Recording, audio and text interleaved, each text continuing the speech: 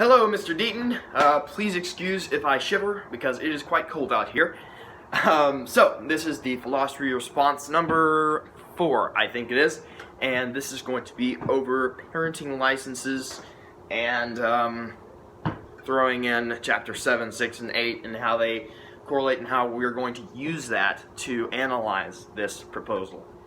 So, first things first, consider a commercial piloting license. What you have to do is there's many risks associated with flying, most significant of those, the people that you are actually flying and their lives are in your hands. So the purpose of a license is to make sure that reckless people don't go into that position and risk the lives of all the people aboard. So if someone is reckless and does get there, it can lead to a lot of lives lost and their license revoked permanently or temporarily. And it's the same with parenting licenses.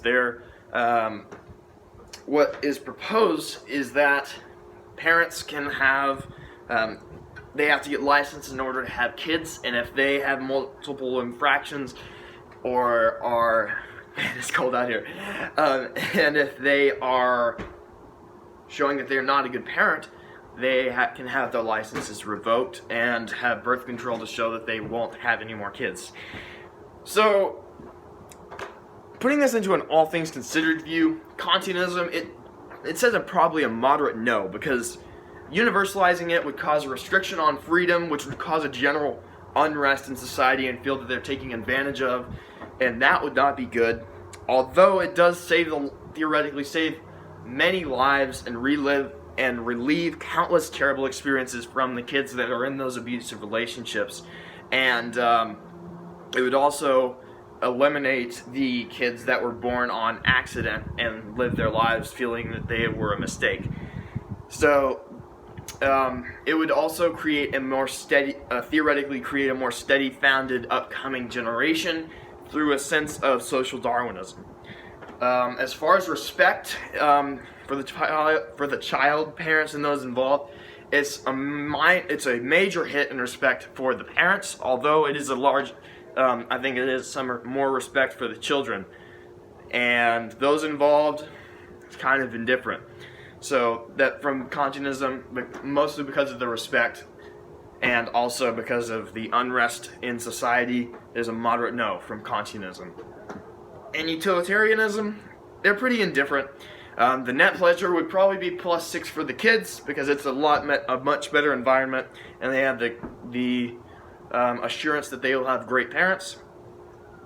And it would be a -6 for the parents because, first of all, you're going to have it deprives the basic rights of freedom and liberty, and it would cause a lot of government involvement and just a lot of restrictions and rules around having a family and just being you.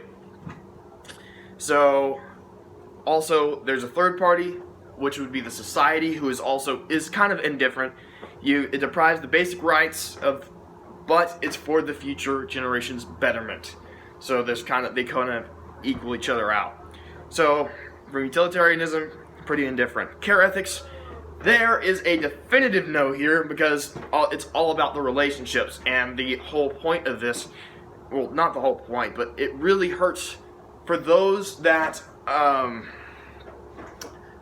man, it's cold. Okay, so, for the relationships of the parents that were showing that they were not fit to be parents, it would cause a huge relationship tear apart, the relationships between the children and the parents, and maybe even, and for the rest of the parent's life, not being able to have any kids, or, and it also breaks the relationships of the parents together. Okay, so there's a definitive no from care ethics. And then fourth, virtue ethics, the last one, there's a moderate yes. Because, first of all, the bad thing, it restricts freedom and liberty, which is a huge thing, although it decreases the violence and abuse in homes, and also the need for abortions, which is in a sense murder. And there is also an increase of wisdom and quality of life for kids, the wisdom of the parents and thinking about their actions more, and it would also motivate self-improvement because you need to be a certain person in order to have kids. So, altogether, it's about a moderate no from the All Things Considered view. And lastly, chapter 8, picture yourself waking up connected. This is similar to the violinist example in the book, Ethics in a Nutshell. So, imagine you wake up connected to an abusive counselor who will help determine your future in every aspect of your life. If you disconnect, the person will no longer be able to counsel anyone, and you will move to a state-sanctioned home with people you don't know, and it will be uprooted from the society that you've always known, and you'll just wait for another counselor that you will connect to that you hope is a lot better than the first one. In that case, what would you do? So, as far as morals goes, it theoretically gives kids the best upbringing possible, although for the kids that have bad parents, it's a terrible experience going through all that. And it is restricting freedom on the parents, which is a basic right of men and women, and of humanity. And it causes a lot of government involvement in families, which is not a good thing. So, in closing, probably from all of this stuff, it would probably be a no. Yeah, that's about it. Thank you so much. And I made it through the cold, just so you know. And hope you have an awesome day and an amazing weekend. Toodaloo.